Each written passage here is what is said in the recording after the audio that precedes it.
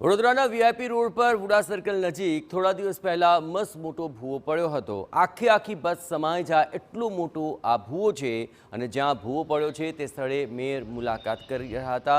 મેયરે ભૂવાના સમારકામનું નિરીક્ષણ કર્યું હતું। કોર્પોરેટર ક્યારે ફોન કરે? રોજ કોઈ ખાલી વાત કરવા માટે ફોન ના કરતું હોય।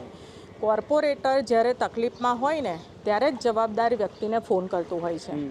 તો એમની ફરજ બને અમારા બબ્બે મિસ કોલ જોઈ અને સામે અમને જવાબ આપવાની। આવામાં અમારે આવવાનું, અમારી પબ્લિક ફોન કોને કરે, કોના આધારે? એક તરફ વડોદરાના મેયર વરસાદ બાદ ફિલ્ડ મુલાકાત કરતા નજરે પડે છે, બીજી તરફ વિપક્ષનો આરોપ છે કે વારંવાર ફોન કરવા છતાં મેયર ફોન નથી ઉપાડતા। વોર્ડ નંબર 16માં કાઉન્સિલરે આક્ષેપ કર્યો કે મેયર ફોન રિસીવ નથી કરતા।